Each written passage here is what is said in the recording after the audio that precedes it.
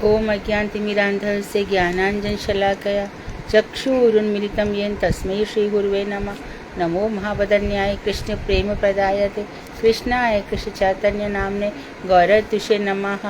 हे कृष्ण करुणा सिंधु दीनबंधो जगतपते गोपेश गोपिका कांत राधा कांत नमोस्तुते। तप्त कांचन गौरांगी राधे वृंदावनेश्वरी वृषभानुसुते देवी प्रणमामि हरिप्रिये। तवैवास्मि ना जीवामि त्वया विना इति विज्ञाय राधे त्वं नय मां शरणागतं। पूर्वे गौरचन्द्राय राधिकायै तदालये कृष्णाय कृष्णभक्ताय तद्भक्ताय नमो नमः। वाञ्छाकल्पतरुश्च कृपा सिन्धुभ्येव च पतितानां पावनेभ्यो वैष्णवेभ्यो नमो नमः। श्री कृष्ण चैतन्य प्रभु नित्यानंद श्री अद्वैत गदाधर श्रीवासादि श्री गौर भक्त वृंद। हरे कृष्ण कृष्ण कृष्ण हरे हरे हरे राम राम राम हरे। मैं सर्वप्रथम मध्य गुरु पाद पद्म परमाराध्यतम नितर भविष्ठों विष्णुपाद अष्टोत्तरशत श्री भक्ति वेदांत श्री नारायण गोस्वामी महाराज मध्य शिक्षा गुरु पाद पद्म परमाराध्यतम नितर भविष्ठों विष्णुपाद अष्टोत्तरशत श्रीमद भक्ति वेदांत श्री वामन गोसाई महाराज के अभय चरणार बिंद में अनंत अनंत कोटि दंडवत प्रणाम कर उनके कृपा की वांछा करती हूँ।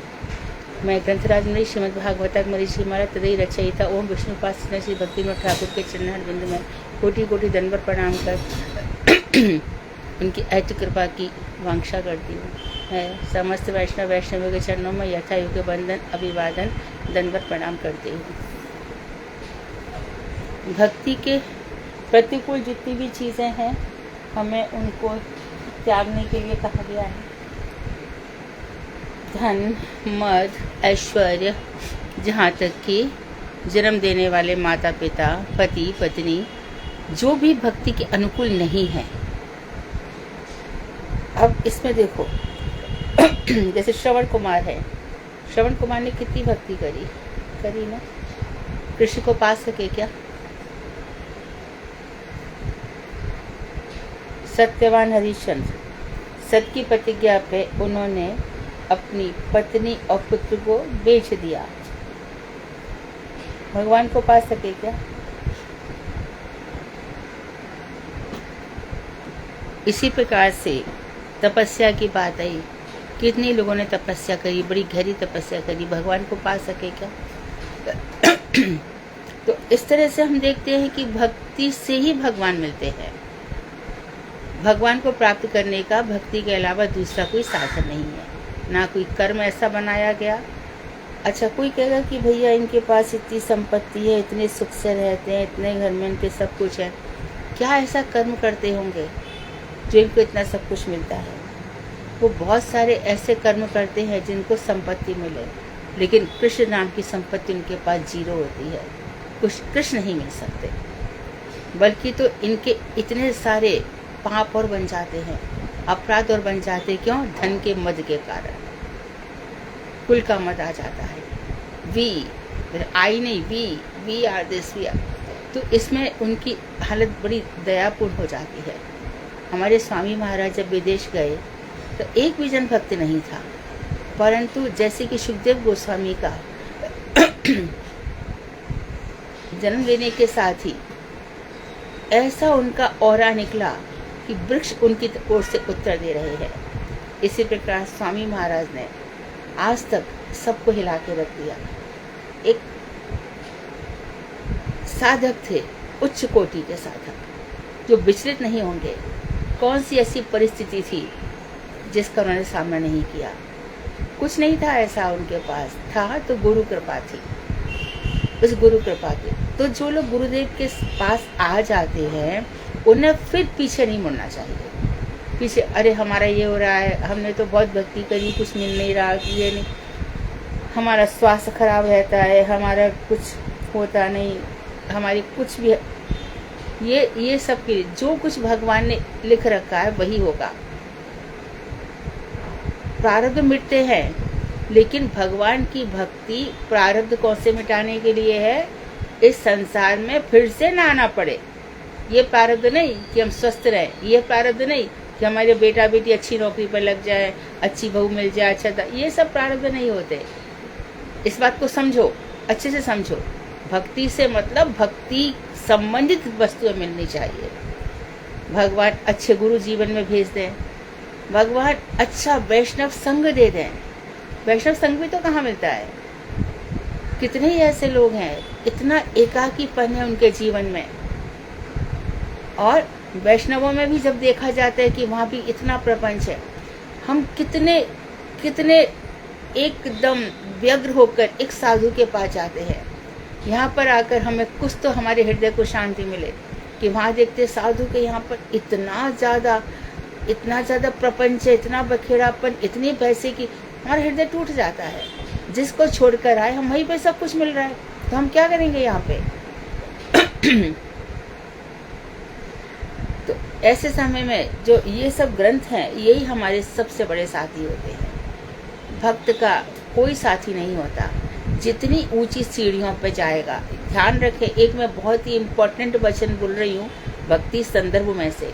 वहाँ पे क्या कहा गया है कि जितने भी विघ्न हैं वो भगवान के पहुँचने के लिए सीढ़ियाँ हैं। ये भक्ति संदर्भ में है, जीव गोस्वामी बात कर रहे हैं। ऊपर चढ़ने के लिए जितने भी विघ्न आ रहे हैं वो ऊपर पहुँचने के लिए सीढ़ियाँ है। तो मतलब क्या हुआ कि जब मैं सीता जी को ही देख लो, मेरे किसी भी भक्त को देख लो, मैं सांसारिक सुख सुविधा नहीं देता हूँ, वो भी होती भी तो छीन लेता हूँ।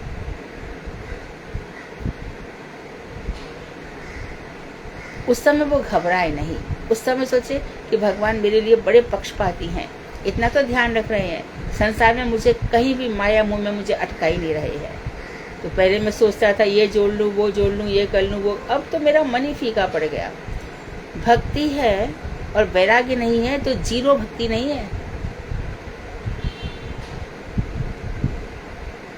भक्ति अपने दोनों पुत्रों के साथ, ज्ञान और वैराग्य के साथ रहती है। हम पहले वैरागी बने फिर भक्ति, ऐसा नहीं है, बिल्कुल नहीं है। वो स्वाभाविक वैराग्य होता है, फल्गु वैराग्य नहीं, झूठा नहीं, युक्त वैराग्य, सही वैराग्य। तो भक्ति हमारा अलंकार है, हमारी शोभा है। हम भक्ति के राज्य में प्रवेश जब करते हैं तो वहाँ पर श्याम सुंदर और महाभावमती राधा जी, उनको ही तो दर्शन करना है, उनको ही तो देखना है। तो हम भक्ति कर किस लिए रहे हैं, क्या पाने के लिए कर रहे हैं। आधे से हम लोग कर रहे हैं कि हमें धन मिल जाए, हमें कितने जन्मों तक धन मिलेगा, कितने जन्मों तक गरीब रहेंगे, कितने जन्मों। हमारा भक्ति का मुख्य लक्ष्य है राधा कृष्ण के चरणों की प्राप्ति। गोपीजन वल्लभाय स्वाहा, जो गोपीजन के वल्लभ हैं, परम प्रिय हैं सब, उनमें से एक गोपी मैं भी हूँ। मैं उनके चरणों की दासी हूँ और दासी बनते बनते मेरे अंदर सखित्व की भावना आ जाती है। प्रेम करते करते भगवान श्याम सुंदर की जो कृपा कटाक्ष है वो मुझे मिल जाता है। वरोरहु राधा जी का भी जो वरानना है, इतने सुंदर उनकी भी तिरछी कृपा कटाक्ष। शंकर जी चाहते तो हमारी तो बात ही क्या है। शंकर और पार्वती दोनों ही चाहते हैं। पार्वती पौर्णमासी का ही रूप है।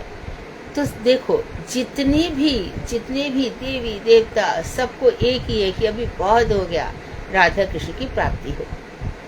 तो इन बातों को समझ करके ही जितने भी भगवान ने हमें स्थितियां दी हैं वो भक्ति मार्ग में आगे बढ़ने के लिए। न घबराना मत। जो पेड़ बहुत सूख जाते हैं वो अनुभव करके बताते हैं कितना ताप सहा है, कितनी बारिश सही है, कितना कष्ट सहा है, कितनी तपस्या करी है। आज जो तुम हरा भरा देख रहे हो, पहले ऐसा नहीं था। आज जो तुम मेरे अंदर भक्ति का इतनी बहुलता देख रहे हो, मेरी भक्ति रूपी संपत्ति की जो श्रेय इतनी अधिक देख रहे हो, ये एक दिन में बन के तैयार नहीं हुई। भगवान हर पल मेरी परीक्षा लेते रहे हैं।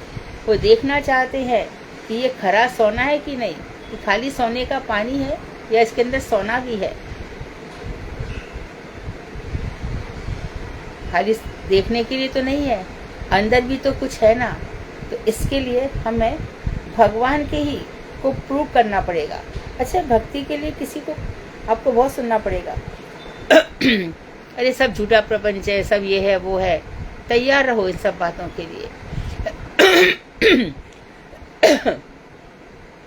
यहाँ प्रहलाद जी को तो बचपन से ही हो गया, ध्रुव को भी।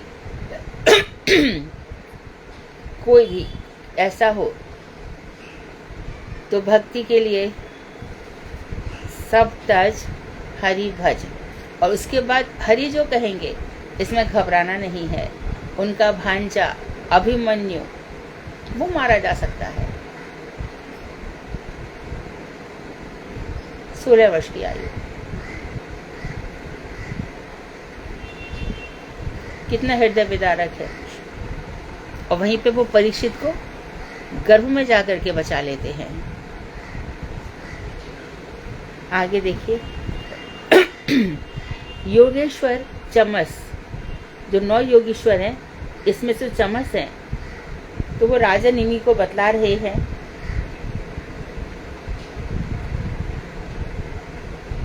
सर्वेषु शाश्वत तनुभृत सर्वा,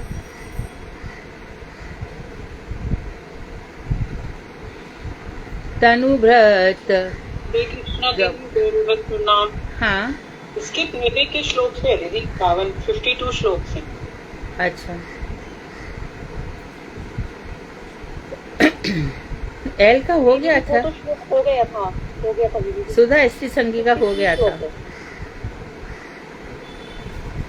कल बताया था ना, स्त्री संगी का संग नहीं करना चाहिए। ठीक है दीदी, ठीक है। हरे कृष्ण, धन्यवाद।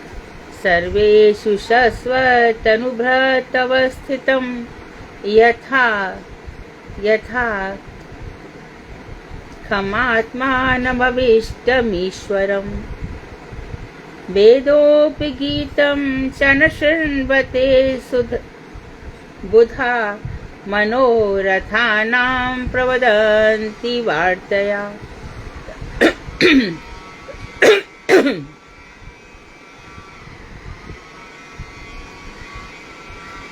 तो ये अंतिम श्लोक चल रहा है।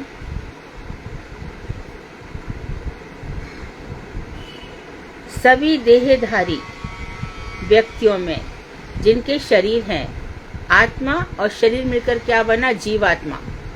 समस्त जीव इस ब्रह्मांड के प्रथम जीव है ब्रह्मा जी। तो वो भी एक आत्मा है। भजन करते करते, स्व धर्म का पालन करते करते, वर्ण और आश्रम का पालन करते करते उन्होंने 100 वर्ण और 100 आश्रमों में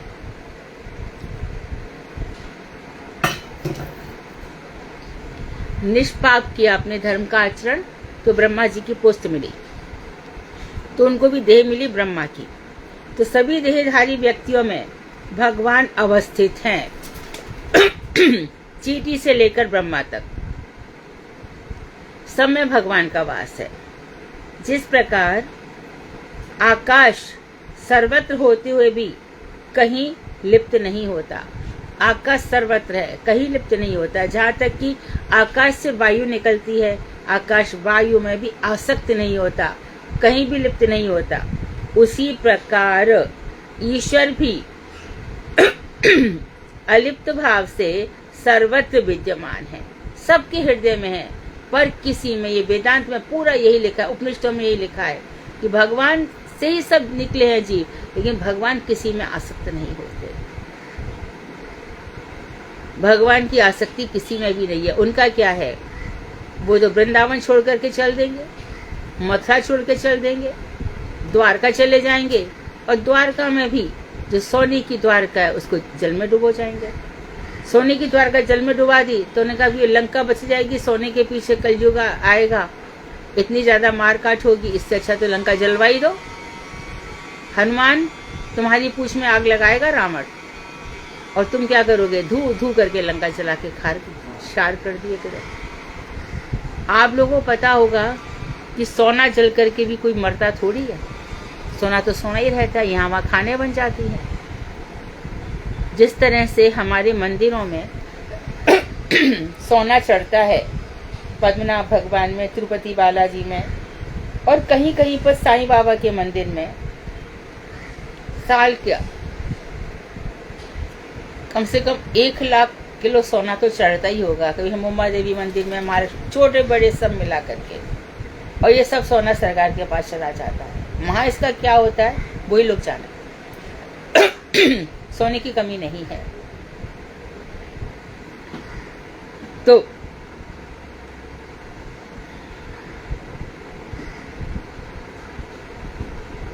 भगवान सर्वत्र अवस्थित हैं। जिस प्रकार आकाश सर्वत्र है फिर भी कहीं लिप्त नहीं होता, उसी प्रकार ईश्वर भी अलिप्त भाव से कहीं पर लिप्त नहीं होते। तो वो मैंने बताया कि द्वारका इत्यादि जाने से पहले भगवान डुबो देते। भगवान कहीं भी लिप्त नहीं होते। तो उसी प्रकार से वे सर्वत्र विद्यमान है। वेद में प्रभु का गुणगान सर्वथा कीर्तित हो रहा है। सर्व से चाहम हृदय सन्निविष्टो, मैं सबके हृदय में विराजमान हुआ और मैं वेद ही रहम वेद वेदांत वेद विदेव चाहम, जो वेद में से ही निकले हैं समस्त वेदों में मैं ही व्याप्त हूँ, ऐसा भगवान। तो वेदों में सर्वत्र भगवान श्री कृष्ण का गुणगान हो रहा है। अज्ञानी लोग नाना विषय वार्ताओं में ही डूबकर अपना समय व्यतीत करते हैं। जो अज्ञानी लोग हैं, जिनको ज्ञान नहीं है, अल्पज्ञ मूर्ख हैं, वो ईश्वर की चर्चा छोड़ करके अपनी चर्चाओं में रहते हैं। अपने विषय में इतनी बात, मैंने ऐसा किया, मैंने वैसा किया, मेरे साथ ऐसा हुआ, फिर मैंने ऐसा, इतनी देर हरिनाम करते, और जो हो गया क्या आगे नहीं होगा क्या? न जाने क्या क्या हो सकता है। रुक कब सकता है? हरि चर्चा होगी। जब भगवान देखेंगे कि इसको असर ही नहीं पड़ता है, सब परिस्थितियों से ऊपर उठ गया है, तो आत्मकथा मत करो, हरि कथा करो। मैं ऐसा करती तो ठीक है ना, मैं वैसा करती तो ठीक है ना। अरे कुछ नहीं, सब ईश्वर की माया से चल रहा है। हमारी औकाती क्या है? 1 मिनट में बात है। तो अभी जो अज्ञानी लोग हैं वो अपनी चर्चा करते हैं, बहन की, भाई की, माता की, पिता की, पुत्र पुत्री इसी में लगे रहते हैं, तो अपना समय व्यतीत करते रहते हैं, कृष्ण कथाओं में मन नहीं लगाते। ये खुद निमि राजा से कह रहे हैं कि अक्सर लोग, ऐसा होता होगा तभी तो भागवत में कहा है। सिद्धांत यह है कि भक्ति विरोधी समस्त वार्ताओं को नहीं त्यागने से भक्ति लता के बीज में वृद्धि होने के स्थान पर क्रमशः क्षय होने लगता है। तो अब वो कह रहे हैं कि आत्मकथा करोगे और परिचर्चा करोगे तो भक्ति लता में जो बढ़ोतरी होनी चाहिए वो नहीं होगी, बल्कि नष्ट हो जाएगी। प्रपंच से बड़े भक्ति संदर्भ में लिखा है, भक्ति संदर्भ में लिखा है कि जितना प्रपंच करोगे उतने कर्म दोष बनेंगे। जिसकी भी वार्ता करी उसके गुण दोष हम में आ जाएंगे, जो कि माया है। फिर और 10-15 जन्म जिए, फिर गुण दोष आ जाएंगे, और कुछ नहीं तो अपने विषय में चर्चा। मैं तो यही देखती हूँ कि मेरे पास जितने लोग आते अपने विषय में इतनी बातें करते, कभी कभी मेरा हृदय अंदर से कांप जाता है। हरी चर्चा करती ही नहीं है। मैं ऐसा करती हूँ, ठीक तो है ना, मैं ऐसा, अरे छोड़ो ना, ठीक गलत तो भगवान देखेंगे, वो हमारा काम थोड़ी है। हरी चर्चा करो, वहां पर जाकर के क्या करो, प्रश्न पूछो। कैसे प्रश्न पूछो? जिज्ञासाओं से। इतने सुंदर प्रश्न होने चाहिए कि जो वक्ता है या गुरु वैष्णव है वो सिहर जाए, अरे बैठो इधर, अरे कथा कहो।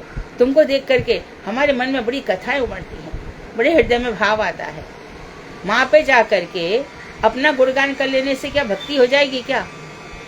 मैं जाऊं गुरु से, गुरु जी मैं ऐसा करती हूँ वैसा करती हूँ, जो किया एक तो वो पानी में चला गया।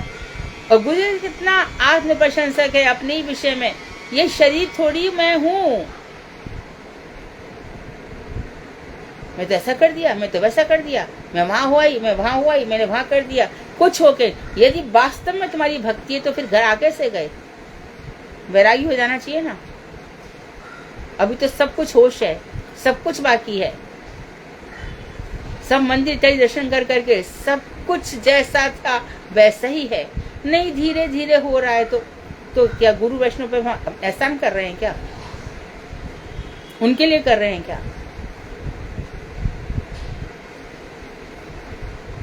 अपनी साधना बढ़ानी चाहिए हर स्थिति में, मौन रहकर, शांत रहकर, जो जो लक्षण बताए गए हैं। आत्म प्रशंसक के पास कभी ना बैठे। आत्म प्रशंसा घोर नरक देने वाली है, ध्यान रखना। आत्मश्लाघा कभी ना करें। तो जब भी मिले हरि चर्चा करें। अभी सब नवद्वीप में जाएंगे गुरु वैष्णवों के साथ, ये ऐसे सब वो सब नहीं। वहाँ पे जा करके चिन्मय भूमि का रसास्वादन करो। ये चिन्मय भूमि में से जो हमारे महाप्रभु नित्यानंद ठाकुर, जीव गोस्वामी, रूप गोस्वामी, ये सब गए हैं, उनके अभी तक पदांकित भूमि है। जैसे कि गंगा अभी तक पवित्र कर रही है, इसी प्रकार से नवद्वीप की चिन्मय भूमि माँ भक्तिनोद ठाकुर हैं, अभी तक हमें पवित्र कर रही है। उसको रियलाइज करने की कोशिश करो। वहां पर ये सब हरी चर्चा करोगे, उनका तो ये हो गया, मेरा तो ये भी नहीं हुआ।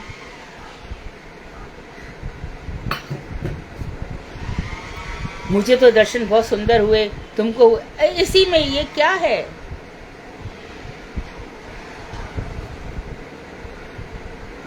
वहां पर जाकर के किसी भी क्षेत्र में गए, कितनी महाप्रभु की याद आई, कितनी नित्यानंद ठाकुर की याद है, उसका टेंशन लो।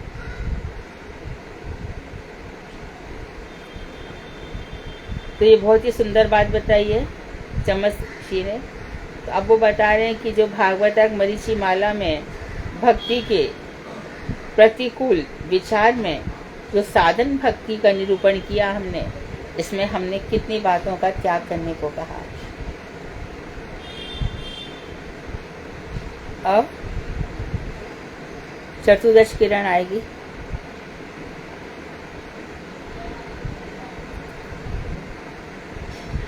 इसमें प्रतिकूल था, अब भक्ति के अनुकूल विचार है। पंचदश किरण है, सॉरी 15वीं किरण है ना, 15वीं किरण है ना वो। हरे कृष्ण 15वीं है। हाँ, तो 15वीं किरण में भक्ति के अनुकूल विचार है।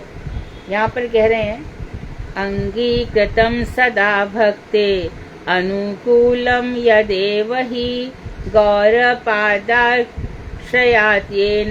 वाह शिवासं तं नमाम्यहम्। हमारे शिवास नारद जी भक्त अवतार, मैं उन शिवास पंडित को प्रणाम करता हूँ जिन्होंने श्री गौरांग महाप्रभु के चरण कमलों का आश्रय ग्रहण करके सदैव केवल वही विचार, आचरण एवं वृत्ति, उनका चरित्र आदि को स्वीकार किया जो भक्ति के अनुकूल है। तो भक्ति के अनुकूल उन्होंने किसका स्मरण किया? श्रीवास का। महाप्रभु ने अपने भक्ति के प्रचार के लिए श्रीवास आंगन का चयन किया था। आज भी हम श्रीवास आंगन में जाते हैं तो मृदंग आज भी रखा हुआ है जो चांद काजी ने भंग कर दिया था। श्रीवास महाप्रभु के प्रिय पात्र, इनके घर में रात भर कीर्तन चलता था और दरवाजा बंद कर दिया जाता था। श्रीवास आंगन में सबसे बड़ी बात यह थी कि महाप्रभु ने सप्त प्रहरिया भाव दिखाए थे। 7 प्रहर में अपना 8 प्रहर होते हैं, जिसमें से 7 प्रहर महाप्रभु जिसकी जैसी योग्यता थी उसको अपना भाव दिखाते रहे। यहाँ पे महाप्रभु सिंहासन पर आरूढ़ हो गए, विष्णु भगवान के सिंहासन पर आरूढ़ होकर फिर एक एक भक्त पर कृपा करते रहे। जो मुरारी थे, जो हनुमान जी के अवतार हैं, उनको भगवान श्री राम का स्वरूप दिखाया। यहीं पर किसी को नरसिंह आवेश दिखाया। जैसी जिसकी श्रद्धा थी वैसे यहीं पे महाप्रभु ने षडभुज रूप का दर्शन कराया। द्विभुज मुरली वदन और द्विभुज में उनके धनुष बाण है और खुद का में कमंडलू, ये सब। तो महाप्रभु ने इस तरह से अपनी लीलाओं का दर्शन कराया। श्रीमन महाप्रभु ने श्रीवास आंगन में ही उनकी जो भतीजी थी नारायणी, उस पर बड़ी भारी कृपा करी। नारायणी के पुत्र हुए वृंदावन दास ठाकुर, और वृंदावन दास ठाकुर ने चैतन्य भागवत लिखा। यहीं पर श्रीवास आंगन में ही कीर्तन करते करते जो सुखिया थी, दुखी थी, वो रोज जल भर दिया करती थी। महाप्रभु ने उस पर भी कृपा करी। दुखी नाम था, बाद में वो हमेशा के लिए सुखी हो गई। यहीं पर जब श्रीवास का पुत्र मर गया था, तब महाप्रभु का कीर्तन एकदम बंद होने लगा। अपने आप ही उनके हृदय में ऐसी अनुभूति हुई, श्रीवास क्या बात है घर में? तो उन्होंने कहा कि जाके देखें। देख करके आए तो पत्नी रो रही है क्योंकि पुत्र की मृत्यु हो चुकी है। तो भी श्रीवास ने कहा कोई यहाँ पे रोएगा नहीं, महाप्रभु के कीर्तन में कोई बाधा नहीं आनी चाहिए। महाप्रभु कुछ नहीं, श्रीवास कुछ तो है। तो महाप्रभु आए। महाप्रभु ये स्थिति है। महाप्रभु बोले अरे आप रोती क्यों हैं? श्रीवास की पत्नी से कहा आपके पुत्र को मैं अभी बुला देता हूँ। महाप्रभु ने उस पुत्र को बुलाया। पुत्र बोला वही महाराज चित्रकेतु वाली का, एक कौन है ये? यानी कितने माता पिता होते हैं, कौन कौन सी आत्मा में, कभी मैं इनका बेटा था, कभी ये मेरे पिता थे, मैं नहीं जानता। मैं जहाँ से आ गई वहाँ मैं बहुत खुश हूँ, बहुत प्रसन्न हूँ। मैं इस संसार जो नरक का घर है, मैं यहाँ आना नहीं चाहता। तो यहाँ पर हमें ये शिक्षा मिली कि यहाँ पर सब अपना अपना कर्म भोगने आए हैं, कोई किसी का नहीं होता। तो श्रीवास आंगन में बहुत सारी घटनाएं घटित होती थी। यहीं पर व्यास पूजा होने वाली थी। तो महाप्रभु जब नित्यानंद ठाकुर मिले तो महाप्रभु ने कहा श्रीपाद, किससे कहा? नित्यानंद ठाकुर से, कल व्यास पूजा कहाँ पर होगी? नित्यानंद ठाकुर ने फिर श्रीवास आंगन का ही चयन किया। व्यास पूजा किसकी होगी? व्यास पूजा का मतलब क्या है कि जिस दिन व्यास जी का जन्म हुआ, तो जिस दिन व्यास जी का जन्म होता है उस दिन हम अपने गुरु जी का पूजन करते हैं। और हमारे गुरु जी यदि वो वास्तव में गुरु हैं तो अपनी गुरु परंपरा का पूजन पहले करेंगे, बाद में पूजा। तो अपनी गुरु परंपरा का जितने भी हैं, ईश्वर तीर्थ माधवेंद्र पुरी से लेकर के अद्वैताचार्य नित्यानंद ठाकुर, ईश्वरपुरी के धन कलिलन श्री चैतन्य महाप्रभु के बाद फिर हमारे रूप गोस्वामी, स्वरूप दामोदर, नामाचार्यदास ठाकुर, इस तरह से हमारी परंपरा चलती है, भागवतीय परंपरा चलती है। हम लोग दीक्षा मंत्र परंपरा पे नहीं जाते कि कौन ने किसको मंत्र दिया, बल्कि हम इस परंपरा पे जाते हैं किसने किससे आचरण सीखा, किसने किससे भक्ति सीखी। जैसे कि रघुनाथ दास गोस्वामी के गुरु यदुनंदन आचार्य, पर उस पर नहीं जाते। स्वरूप गोस्वामी से, रूप गोस्वामी से उन्होंने भक्ति कितनी सीखी, इस बात पे हम जाते हैं। तो ऐसे बहुत से, जैसे अभी इन्हीं को ले लो, नरोत्तम दास ठाकुर को, लोकनाथ गोस्वामी से उन्होंने बहुत कुछ सीखा, लेकिन बहुत कुछ सीखा जीव गोस्वामी पास से भी सीखा। तो भागवतीय परंपरा चलती है हमारे यहाँ, मंत्र परंपरा उतनी नहीं है। दीक्षा गुरु की महिमा है, लेकिन यदि शिक्षा गुरु बहुत कुछ सिखा देता है तो उनकी महिमा बहुत अधिक हो जाती है। श्रीवास आंगन में नित्यानंद ठाकुर, तो सबसे पहले पूजा किसकी होनी चाहिए? तो गुरु तत्व है नित्यानंद, अखंड गुरु तत्व है। तो महाप्रभु चाहते थे कि इनका ही माल्यार्पण पहले किया जाए, लेकिन उन्होंने उठा करके सबसे पहले श्रीमन महाप्रभु के ही कंठ में ये हार पहना दिया। तो श्रीवास आंगन में रोज कुछ ना कुछ ऐसी घटनाएं घटित होती थी जिससे भक्ति बढ़ती चली जाती थी।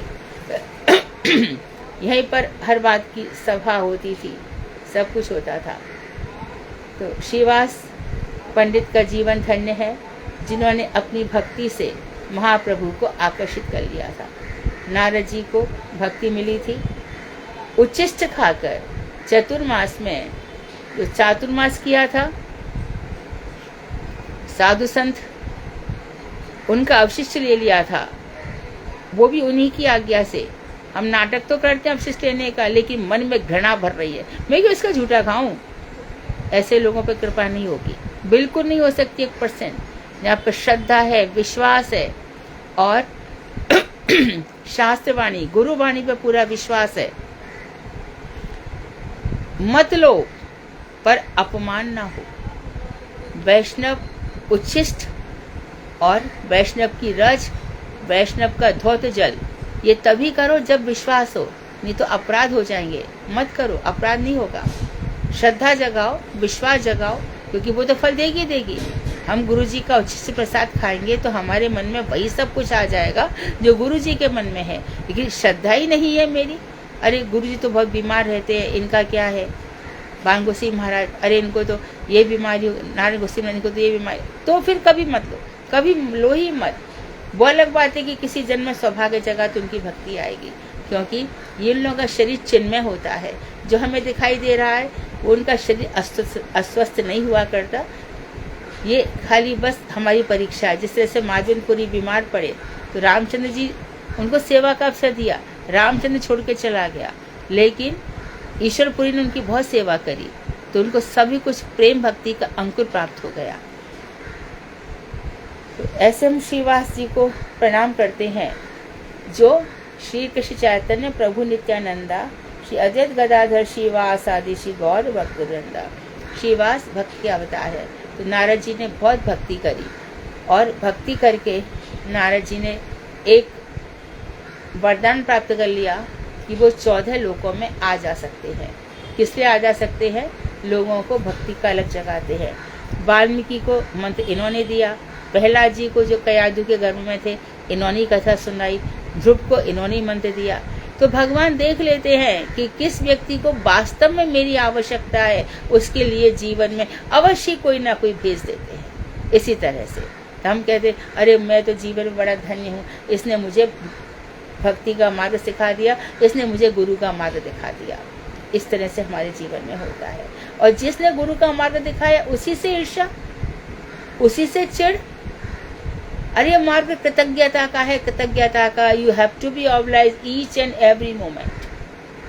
हर वक्त कृतज्ञ बनो। जो तुम्हारे जीवन को लाखों करोड़ों जन्म एक कीड़े मकोड़े की तरह, घिनौने कीड़े की तरह जी मर रहे थे, ऐसा सोने सा जीवन बना दिया जो भगवान श्री कृष्ण जीवन का आलिंगन कर सकते हैं, ऐसे नरक से बचा सकते हैं। ऐसा घनघोर कलयुग आएगा, जिया नहीं जाएगा। अभी भी तो जीना कितना मुश्किल है। चारों तरफ इतना पॉलिटिक्स, इतनी गंदी नीतियां, इतने गंदे लोग, उनके बीच में रह करके भजन करना है।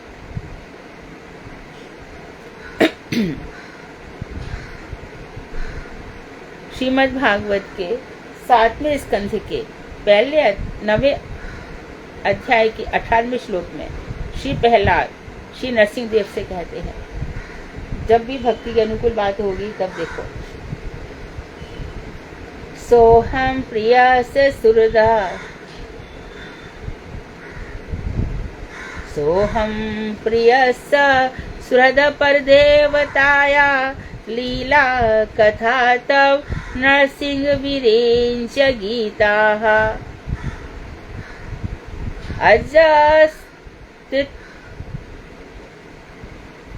अंजास्तितर्मनु ग्रहण गुण विप्रमुक्तो दुर्गाणिते पदयुगल लयहंस संगाः। हे प्रियतम, भक्तों के सुहृद परम देवता स्वरूप नरसिंह देव को कहा, आप कौन हैं? हे प्रियतम, भक्त मेरे और मैं भक्तों का, मैं सबरी का भी हूँ और मैं केवट का भी हूँ। राम भगवान के जो भक्त हैं वो बड़े बड़े प्रेमी हैं, बड़े ऐसे ऐसे वचन कहते हैं, राम की एक नहीं चलती। प्रेम के आगे राम को झुकना पड़ता है। नाव ले आओ, मांगी नाव न केवट आना, सुनहु तात मर्म में जाना। भगवान मांग रहे हैं, केवट नाव ले आओ, और केवट कह रहा है मैं नहीं लाऊंगा, मुझे आपका मर्म सब पता है। और वो तो आगे की कथा सब जानते ही है। मेरी नाव भी यदि नारी बन गई तो। उसके बाद भी जब उतराई देने की बात आई तब राम के पास कुछ नहीं है। अखिल कोटि ब्रह्मांडों के ईश्वर भगवान श्री राम केवट की उतराई कुछ नहीं दे पा रहे। इतने प्रेम का कहां से लाएंगे? उतराई तो सीता जी के पास एक अंगूठी थी। सीता जी राम से कह रही है दे दूं। और केवट तो जनक की बेटी है, जनक ने अपनी बेटी सीता क्या कुछ नहीं दिया था, उनके प्रति भी इनका वही पुत्री का भाव रहा। इनकी अंगूठी में लूंगा। तुम हो केवट हम हो केवट एक हमारी जात, ऐसे ही एक दिन आऊंगो स्वामी मैं हूँ तुम्हारे घाट।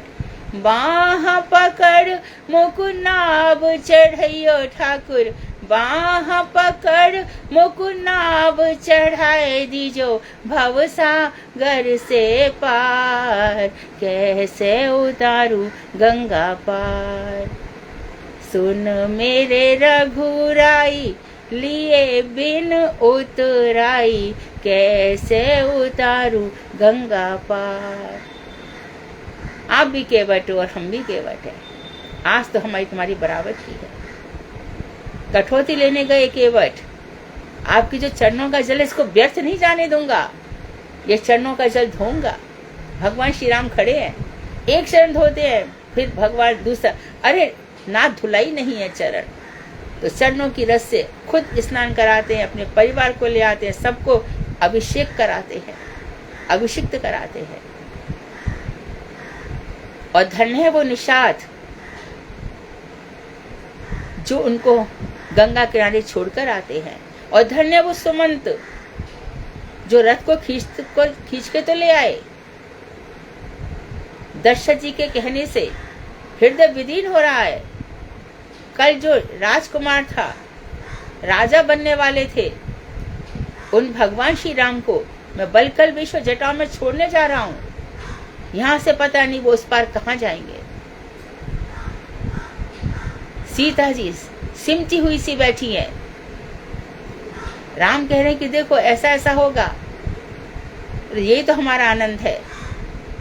लक्ष्मण को क्रोध आता है बीच बीच में, ये केवट तो इतना नाटक कर रहा है, सब सुखा दूंगा ना, ये सब कुछ। भगवान मुस्कुराते रहते हैं। अब तो उनको इसी तरह से भक्तों के बीच में ही जीना है, राक्षसों को मारना है और भक्तों के प्रेम के आलिंगन में भगवान श्री राम को देना है। भगवान भक्तों का हृदय देखते हैं। ध्यान रखें, वो कुछ नहीं देखते।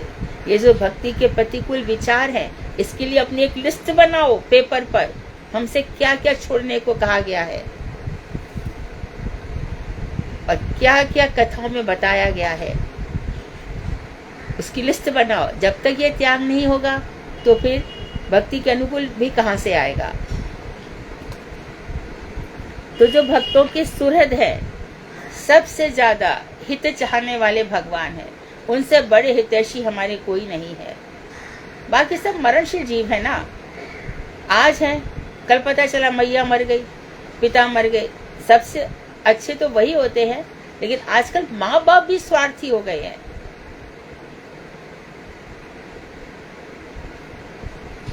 यदि भक्त है तब तो ऐसा नहीं देखा जाता, और भक्त नहीं है तो बड़े स्वार्थी हो गए। माँ बाप भी, तू अपना काम कर, अपना, तू अपनी दुनिया में, अपनी दुनिया में। मैं ब्रह्मा द्वारा गान की हुई आपकी लीला कथाओं का कीर्तन करते करते निर्गुण होकर दुर्ग समूह सांसारिक कठिनाइयों को सहज ही लांघ जाऊंगा। तो अब उन्होंने क्या कहा कि जो ब्रह्मा जी हैं वो आपकी स्तुति खूब करते हैं कि नरसिंह देव आपकी लीला कथाओं का गान ब्रह्मा जी खूब करते हैं। तो मैं क्या करूंगा, मैं निर्गुण हो जाऊंगा। तो हम माया के गुणों से युक्त रहते हैं हमेशा।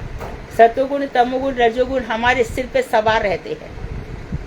क्रोध भी आता है, रजोगुण, हम निर्गुण तो हुए ही नहीं, अभी ऐसी स्थिति आई नहीं है। लेकिन लीला कथा सुनते सुनते सुनते सुनते मनुष्य निर्गुण हो जाता है। तो मैं आपकी कथाओं को सुन करके निर्गुण हो जाऊंगा। कल तक ये तीनों चीजें मुझे बड़ी परेशान करती थी। कभी किसी में आसक्ति हो रही है, कभी चिंता हो रही है, हाय रे हाय क्या होगा, मेरे बाद क्या होगा, इसका क्या होगा। अरे कि पिछले जन्मों में भी तो ऐसा ही हुआ था। या फिर अरे हम मर जाएंगे तो हमारे ठाकुर जी का क्या होगा। कितनी बार मरे, कितने ठाकुर जी चल रहे हैं ना, उनका क्या हुआ। पहली बार कोई मर रहा है क्या। कितनों के घर में ठाकुर जी हैं। कितनी हमारी बहनें हैं जिनके पास कोई भी नहीं है, अकेले गोपाल जी की सेवा करती है, किशोरी जी की सेवा करती है। और उनके बाद अरे जिसको जिसकी सेवा लेनी है वो वहीं पे पहुंच जाएंगे ना। आपको चिंता करनी है कि मेरे जन्म व्यर्थ ना चला जाए, मेरा भजन व्यर्थ ना चला जाए। तो जहाँ पर होना होगा हो जाएगा। आपको ये घटना सभी को पता होगी कि एक साधु थे, अपने भगवान से इतना प्यार करते थे, उनके बिना रह नहीं सकते थे।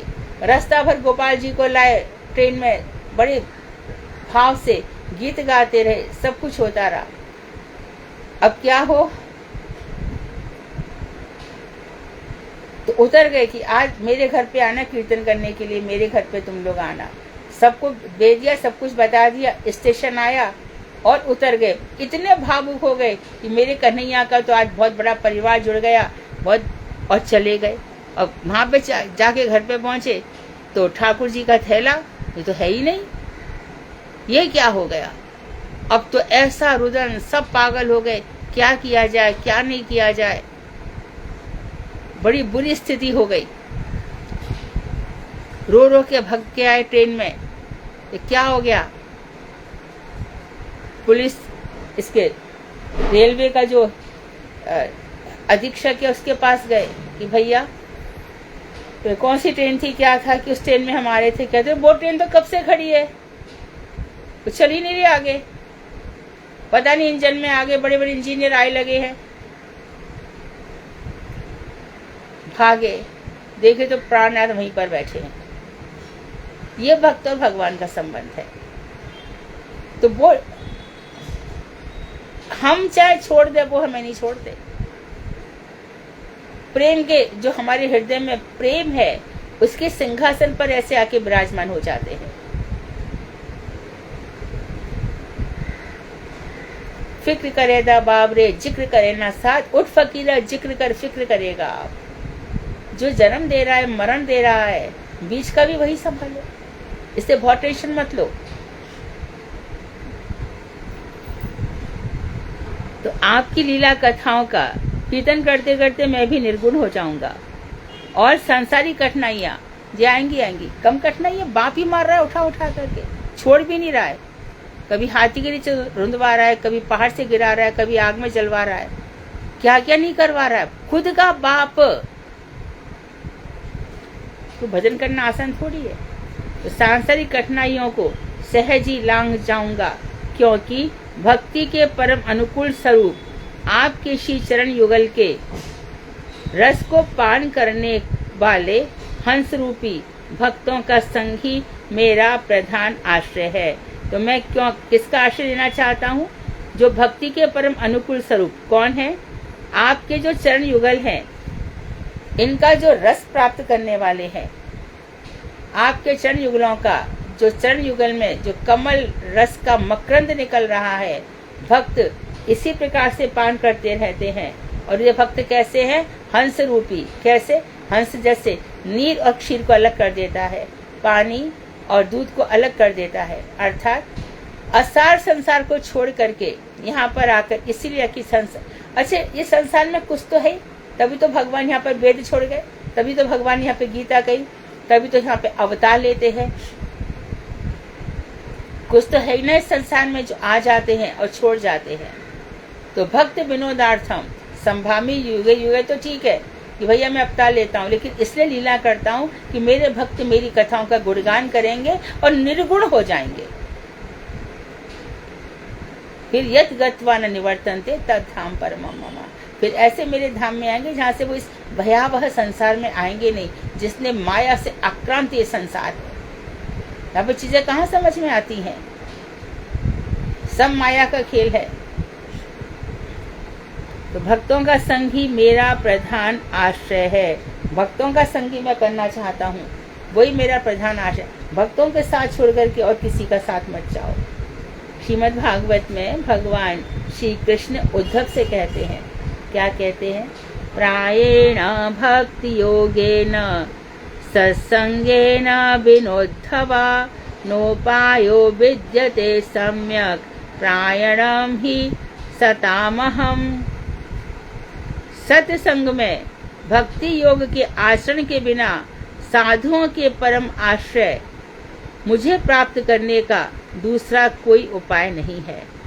सत्संग में भक्ति योग के आचरण बिना, सत्संग ही मेरा मुझे प्राप्त करने का साधन है।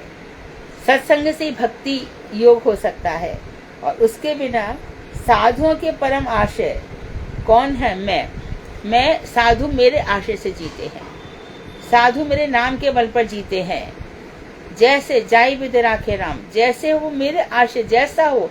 अच्छा, यदि हमने भगवान के हो गए तो फिर अपना क्या?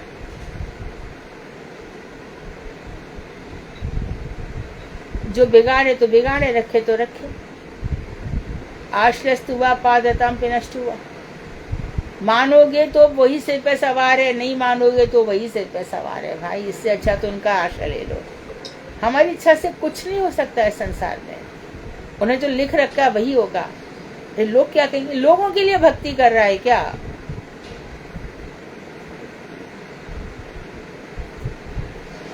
भजन भगवान की प्रसन्नता के लिए हो रहा है, वो प्रसन्न हो रहे हैं कि नहीं? तो जो भगवान को प्रसन्न करने के लिए भजन, तो जो भक्ति के प्रतिकूल लोग हैं वो बाधा देंगे कि सुख सुविधा देंगे? बोलो। उनको तो भक्ति अच्छी नहीं लगती, तो पग पग में परेशान करेंगे, जितनी बुद्धि है उतनी ही चलाएंगे। और तुम भी उसको उसका लेवल दिखा दो कि तू इतना ही जानता है, अपना काम कर चल। तो लेकर हर किसी की बात सुनेंगे और बैठ के रोएंगे, हे भगवान हमसे इतना कर। अरे छोड़ दो, वो तो ऐसे ही कहेगा ना, अपना हरि नाम करो, उतना भजन करो। वो कह के चला गया, तुम रोते रहो। ये कौन सा जीवन है? मन में लगा लिया, लगता तो है ना, क्योंकि मन को अपना बना रखा है। इसी मन को ठाकुर जी को लग दो तो ठाकुर जी को लगे ना, हमको क्यों लगना है? जब मन भगवान के चरणों में दे ही दिया, अब क्या लगना है? मन को अपना मान के बैठो तभी तो लग रहा है ना।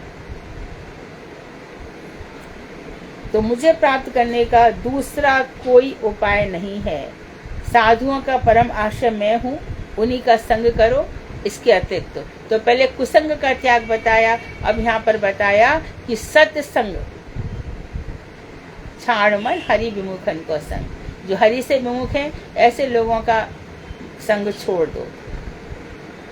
जो भगवान के नाम के आशय जीते हैं उन्हीं का साथ करो। उन्हीं का साथ भी कैसे? उन लोगों का नहीं। मठ में आ गए, 10 साल रह गए, अब विवाह करना चाहते हैं। मठ में मन तो उसका अपने पास ही लगा रहा ना, इसलिए इंद्रिया चंचल हो उठी। मन को भगवान में दे देता तो क्या विवाह की सोचता क्या?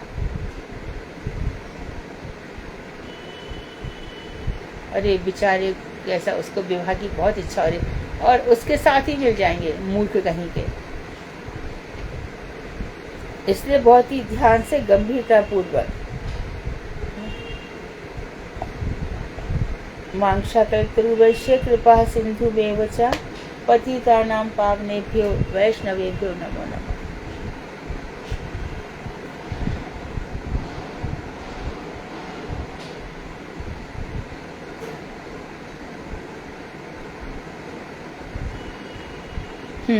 बोलिए।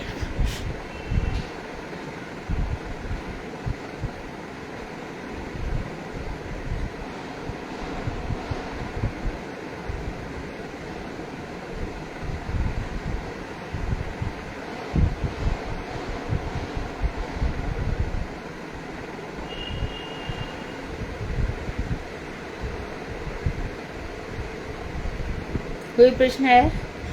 हाँ, हरे कृष्णा दीदी, दंडवत प्रणाम। हाँ दीदी, कल के क्लास में जो साधना दीदी ने आपसे पूछा था पूज्यपाद त्रिविक्रम गोसाई महाराज जी के बारे में, तो दीदी मतलब मैंने आपको भी देखा है, मैंने औरों को भी देखा है दीदी। उनके मतलब दीक्षा शिष्य तो नहीं थे, मगर शिक्षा शिष्य तो उनके बहुत अनेक है ना। जो उनकी हर तिथियों को मनाते हैं, उनकी गान करते हैं, उनकी महिमा है। आप भी दीदी उसी दिन पूज्यपद बावन गोसाई महाराज जी का आविर्भाव होता है और उनका तिरुभाव, ऐसे ही है ना दीदी? वो परम वैष्णव है रूबी, परम भागवत हैं। हाँ, उनकी सेवा हाँ, करके कौन अपने आप को धन्य नहीं मानेगा, ऐसा। हाँ जी दीदी, हाँ वही मैंने कथा में भी सुना था। हाँ दीदी, हरे कृष्णा, धन्यवाद प्रणाम।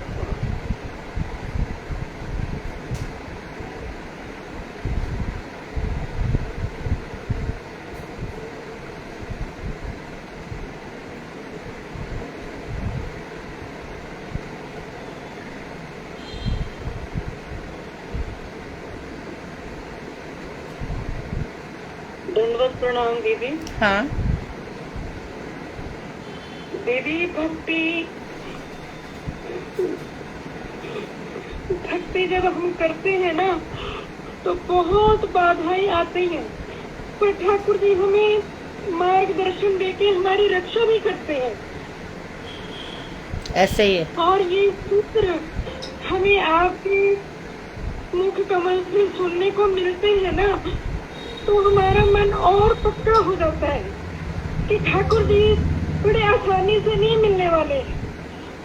बहुत हमें परीक्षाएं देनी पड़ती हैं, पग पग पर। बिल्कुल ठीक है, यही बात है। मनोबल जो है ना वो गिरता नहीं है, मनोबल और बढ़ जाता है। हाँ, सभी के साथ है, सबके साथ ही वैसा ही है।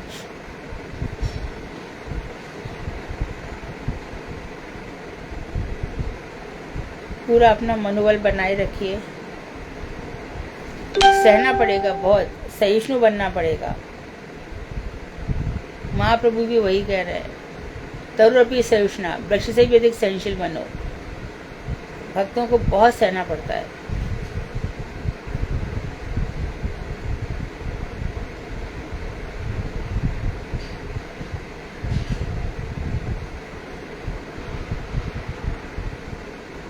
बहुत सुंदर। जिसके नाम से भक्ति कर रहे हो उसके मार्ग में जो भी आएगा सहेंगे।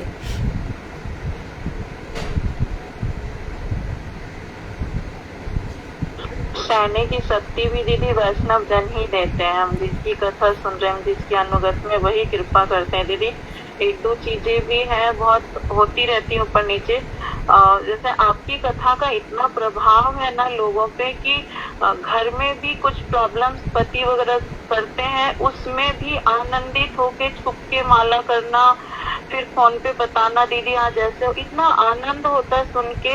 मैं मेरे को तो बहुत खुशी होती है कि मेरी दीदी की कथा का इतना प्रभाव हो रहा है कि पति पे भी प्रभाव हो रहा है। बहुत खुशी की बात है दीदी। बहुत सारी बातें क्लास में, ये सब बातें क्या करनी, मगर बिल्कुल आशा दीदी जो कहती है ना, बिल्कुल परफेक्ट बात है दीदी, कि बहुत फर्क पड़ता है।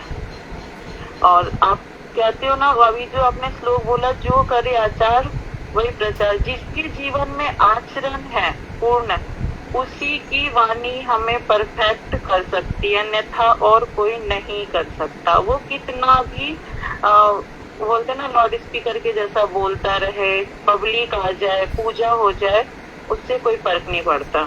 सन्यासी हम घर में भी बन के रह सकते हैं। सन्यासी का मतलब ये नहीं था कि बाहर जाके बने, हम घर में भी सन्यासी बन सकते हैं आसक्ति को छोड़ के। दीदी मैंने आपसे सीखा है। हाँ, हम सबको घर का सन्यासी बन के रहना, बिल्कुल ठीक कह रही हो। सन्यासी अर्थात जिसने अपना सब कुछ भगवान के लिए न्यस्त कर रखा है, भगवान के चरणों में।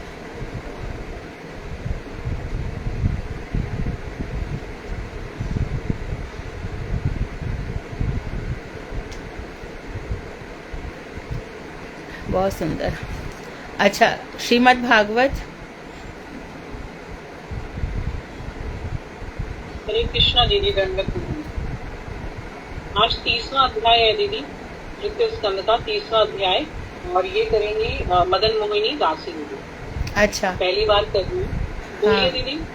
तो सुधा, वो जो गौर प्रिया ने 26वां अध्याय बोला था, वो अध्याय बहुत इम्पोर्टेंट है, कोई उस अध्याय को फिर से सुनाएगा तो अच्छा है, चाहे 33 अध्याय के बाद सुनाए, जब स्कंध पूरा हो जाए तभी सुनाए। और एक जो हमने कहा था कि देवभूति जो प्रश्न कर रही हैं और कपिल मुनि जो उत्तर दे रहे हैं, वो शायद साधना जी तैयार कर रहे हैं शायद, तो वो भी सुना है, तो पता चले कि तृतीय स्कंद में क्या क्या हो गया। दीदी वो सुधा दीदी के सहयोग से क्वेश्चंस बन गए हैं देवभूति संवाद वाले, और 26वां अध्याय अगर आप कहेंगे तो मैं कोशिश करने की कोशिश करूंगी। वो एक दिन में, हाँ एक दिन में तो नहीं होगा, वो 2 बार में होगा, क्योंकि उसमें बहुत चीजें एक्सप्लेन करनी पड़ेंगी।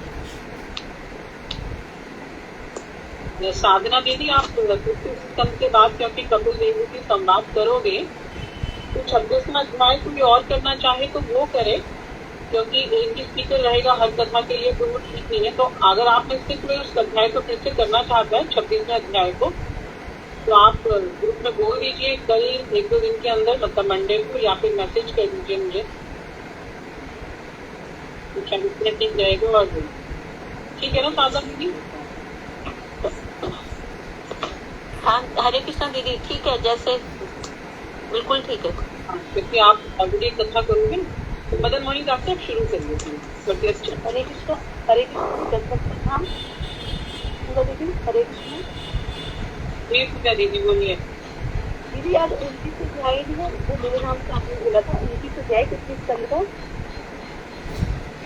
कल 28 अध्याय हुआ था ना? कल साधना दीदी और 28 हुआ था दीदी, साधना दीदी ने कल किया था ना? 28वां हुआ था, 29वां कौन बोल रहा है फिर? 29वां करेंगे फिर पूजा दीदी। मदन मोहनी दास दीदी आपका मंडे को नंबर आया। जी दीदी कोई बात नहीं, हरे कृष्णा दीदी, दंडवत प्रणाम। जी दीदी आप बोलिए पूजा दीदी, सॉरी आप बोलिए। हरे कृष्णा दीदी, दंडवत प्रणाम। हाँ। ओम ज्ञानतिमिरान्धस्य ज्ञानाञ्जनशलाकया चक्षुरुन्मिलितं येन तस्मै श्रीगुरुवे नमः।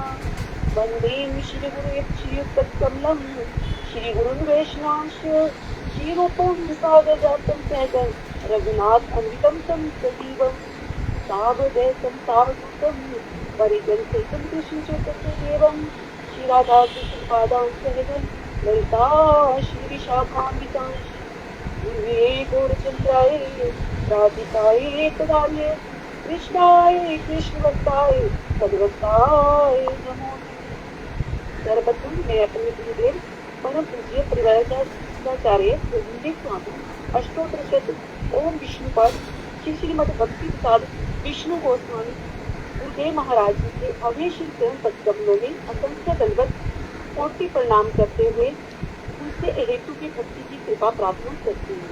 तत्पश्चात मैं अपने परम गुरुदेव श्री श्रीमद भक्ति देव माधव गोसाई महाराज जी के अभय चरण पदकमलों में भी असंख्य दंडवत प्रणाम करते हुए हेतु की भक्ति की वर्षा करती हूँ। और समस्त गुरु वर्गों के अभय चरण पदकमलों में भी मैं कोटि कोटि दंडवत प्रणाम करती हूँ। तत्पश्चात मैं अपनी परम पूजनीय शिक्षा गुरु परम विदुषी भागवत आचार्य डॉक्टर मधु खंडेलवाल जी के अवय श्री चरण पदकमलों में असंख्य दंडवत कोटि प्रणाम करती हूँ और उनसे हेतु की भक्ति की कृपा प्रार्थना करती हूँ।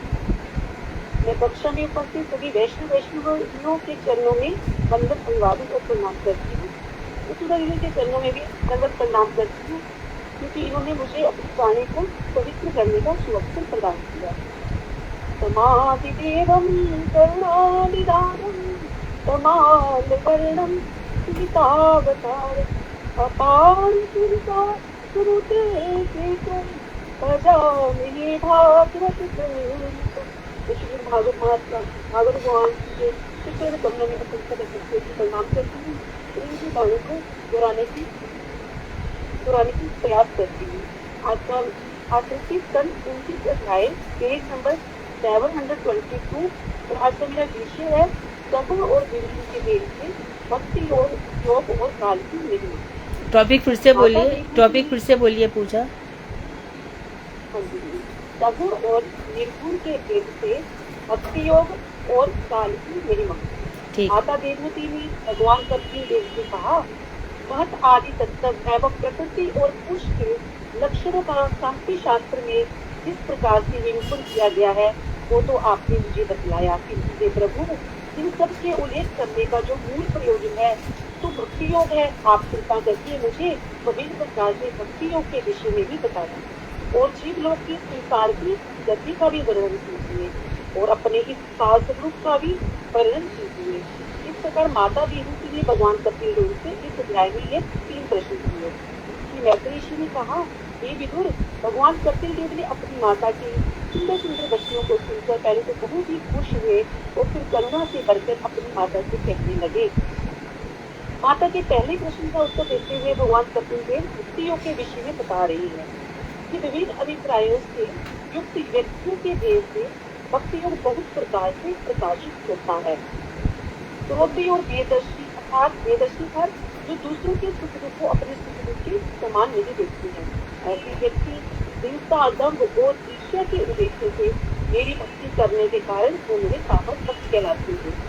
जो व्यक्ति विषय, यश और ऐश्वर्य की प्राप्ति के उद्देश्य से और भगवान के अतिरिक्त अन्य विषयों की इच्छा रखते हुए मेरी पूजा करते हैं वो मेरे राजस भक्त कहलाते हैं।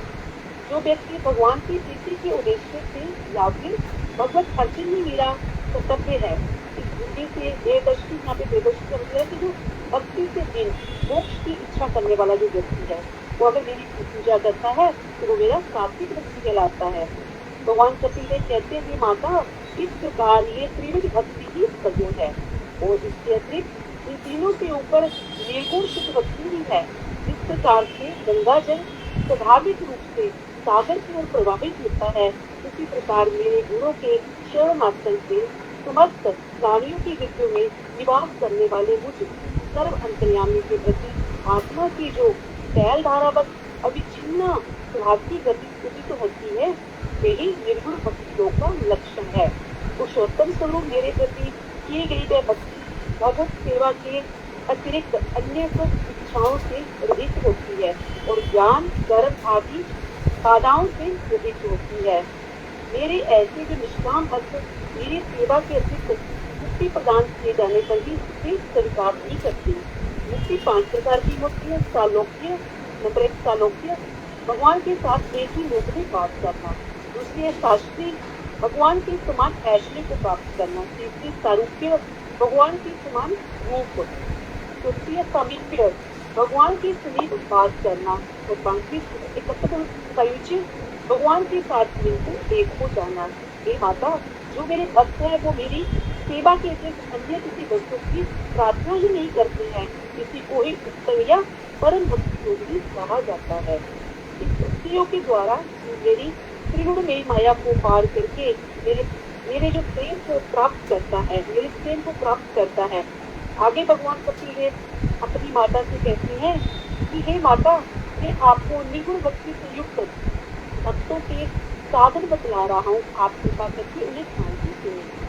भगवत सेवा के अतिरिक्त अन्य इच्छाओं से रहित होना, मेरी प्रतिमा का दर्शन, स्पर्श और पूजन करना, वंदना करना, धैर्य वैराग्य का आश्रय लेना, बहुत पुरुषों का सम्मान करना, साधु गुरु से आत्म तत्व का श्रवण करना, मेरे नामों का संकीर्तन करना, मन की सरलता, साधु संग, अहंकार का त्याग, इन सब के द्वारा जो मनुष्य भगवत धर्मों का अनुष्ठान करता है उसका चित्त जो है वो निर्मल हो जाता है और उसी निर्मल चित्त से मेरे गुणों के सुनने मात्र से ही वह मेरे निर्गुण भक्तियों को प्राप्त कर लेता है। और माता देवहूति के दूसरे प्रश्न का उत्तर देते हुए भगवान कपिल देव इस जीव लोक की संसार की गति का वर्णन करते हुए कहते हैं कि माता, मैं अंतर्यामी रूप से समस्त जीवों के हृदय में बैठा हूँ। जो मेरे अधिष्ठान स्वरूप प्राणियों में की जो कृष्ण के सेवक थी उसे नहीं रखती है, वे मेरा ही अपमान करते हैं। वे प्राप्ति की वृत्ति से मेरी प्रतिमा आदि जो पूजा करते हैं उसके द्वारा शिव हत्या विग्रह की अवज्ञा ही होती है। और जो व्यक्ति दूसरे जीवों के प्रति शत्रुता करने का संकल्प भी ले लेता है, ऐसे व्यक्ति का चित्त को कभी शांति नहीं होता है। और जो व्यक्ति दूसरे प्राणियों की निंदा करता है, यदि वे उत्तम या साधारण सामग्री से मेरी पूजा अर्चना करता भी है तो भी वह उससे खुश नहीं होता।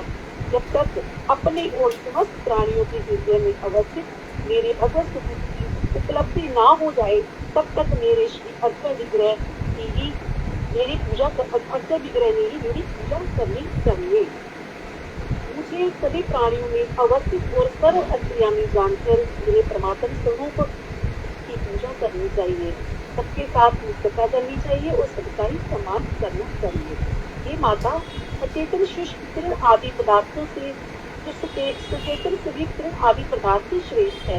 उनकी भी अपेक्षा प्राण बुद्धिशाली जीवांत पाषाण आदि श्रेष्ठ है, क्योंकि जो पाषाण है पाषाण आदि में भी प्राण है। उनकी अपेक्षा ज्ञान विशीष पर्वत आदि श्रेष्ठ है, क्योंकि सुना जाता है कि पूर्व काल में जो सभी पर्वत वो उड़ते थे, बाद में इंद्र ने उनके पंख काट दिए, अतः भीतर से वे ज्ञान विशीष भी है। पर्वत की अपेक्षा ज्ञान युक्त वृक्ष श्रेष्ठ है, क्योंकि वृक्ष श्वास भी लेते और वृक्ष देख भी सकते हैं। स्पर्श का अनुभव करने वाले वृक्ष आदि पदार्थों से रस ग्रहण करने वाले मछली आदि प्राणी ही श्रेष्ठ है। इनसे भी जो गंध का अनुभव करते हैं वह ब्रह्म ही श्रेष्ठ है, और ब्रह्म आदि से भी सर्प आदि प्राणी ज्यादा श्रेष्ठ है। सर्प आदि की अपेक्षा रूप का जो अनुभव करने वाले कौवे आदि प्राणी, सर्प आदि के आगे रेंगने वाले भी लिखा होगा ना, रेंगने वाले श्रेष्ठ है। और उनसे भी दो पंक्ति ऊपर जो 2 पंक्ति दांत वाले जीव श्रेष्ठ है। उनकी अपेक्षा बहुत से पैरों वाले श्रेष्ठ है।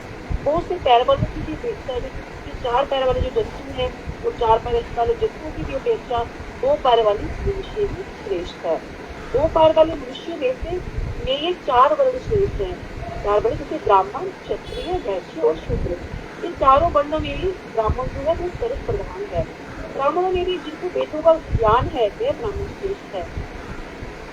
जिनको वेदों का ज्ञान की अपेक्षा वेदों का तात्पर्य जानने वाले ब्राह्मण वो श्रेष्ठ है। और इनकी भी अपेक्षा मीमांसक ब्राह्मण किसी के विषय में जो गहराई से किए गए विचार विशेषता जो सार तत्व को जानते हैं वह ब्राह्मण ही श्रेष्ठ है।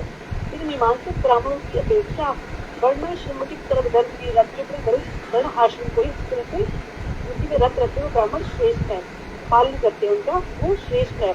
और धर्मों का निर्वाह करने वाले ब्राह्मणों की अपेक्षा विश्व में जिसकी आसक्ति नहीं है वह ब्राह्मण श्रेष्ठ है, क्योंकि निष्काम होने के कारण ऐसे ब्राह्मणों में अनुचित धर्मों की फलश्रुति की कोई भी भाषा नहीं होती। ये मनोवृत्ति मैंने आपको भक्ति योग और अष्टांग योग इन दोनों ही योगों के विषय में बतलाया है। इन दोनों में से किसी भी साधन के द्वारा मनुष्य परमेश्वर को प्राप्त कर सकता है।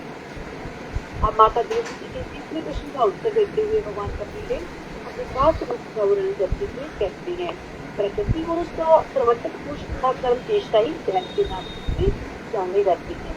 वस्तु के विविध रूपों का कारण ही अद्भुत प्रभाव संबंध काल कहलाता है। काल सबका आश्रय है, सबकी अत्याचार में प्रयुक्त होकर ये भूतों के द्वारा भूतों का ही सहाय कर रहा है, और काल सब विश्व का ही एक नाम है। काल का तो ना तो कोई प्रिय है, ना कोई अप्रिय है, ना ही कोई इसका बंधु बांधव है। किसी के ग्रह से वायु जो है वो चलती है, ये ताप प्रदान करता है, इनको जलवर्षा करता है और सारी प्रकाशित होती है। काल के देह से ही नदियां जो है वह प्रभावित होती है, अग्नि प्रज्वलित होती है और पृथ्वी जो है पर्वतों के साथ चलती जल्दी होती है। इस काल के देह से ही दृश्यमान आकाश जीवित प्राणियों की श्वास क्रिया के लिए अवकाश प्रदान करता है। इसी के देह से पृथ्वी आपकी 7 वर्ण शास्त्र में जो उस प्रकृति अतत्व अहंकार और 5 तन्मात्रा आवृत होकर अहंकारात्मक अपने देह का लोकों के रूप में विकास करता है। ब्रह्मा आदि देवता भी काल से जीवित होकर इस विश्व में सृष्टि आदि कार्य में पुनः प्रवृत्त होते हैं। ये काल ही पिता के द्वारा पुत्र आदि को समझाता है, समाज में मृत्यु के द्वारा उसका विनाश कर देता है। इसी प्रकार ये काल सबका अंत करने वाला है। क्योंकि माता ये जो काल है वह स्वयं अनादि है, अनंत है और अव्यय है, अर्थात ये कभी नष्ट नहीं होता। वंशा कल्पतरुदेशे कृपा सिंधु नाम हरे कृष्ण। बहुत अच्छा, जो कुछ भी हमने पढ़ा है सुना है हमें जीवन में भी उतारना चाहिए। कीर्तन।